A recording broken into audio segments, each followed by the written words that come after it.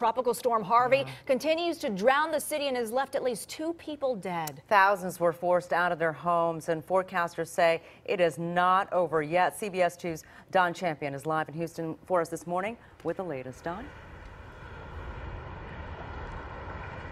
Good morning. Houston is still paralyzed by Harvey. This might easily look like a river behind me, but 14 feet down below is a normally busy parkway here in downtown, and the flooding is only expected to get worse.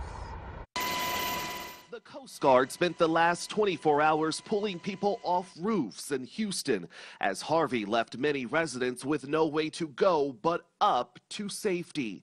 Thousands are leaving their homes and everything behind. It's all just materialistic stuff that is always kept in your mind, and it's always going to be there in your mind, so it's good, but I mean, it's just hard. The stories of dramatic rescues and close calls are seemingly endless. These are residents at the La Vida Bella Assisted Living Facility who waited for help in waist-deep water. This trucker was saved on live TV. This man realized too late exactly why officials are asking people not to drive under any circumstances. Nerves are frayed at many of the city's shelters where neighbors have little else but each other. They're completely soaked. I mean, I don't even know what to say.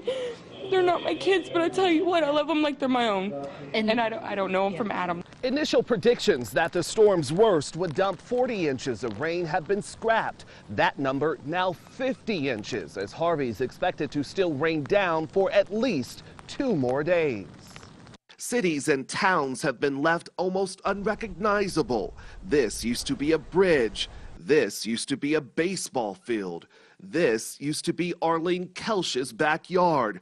Now it's home to 2 alligators. With countless more still in need of help, 4,000 National and State Guard troops are being brought in for relief and recovery efforts.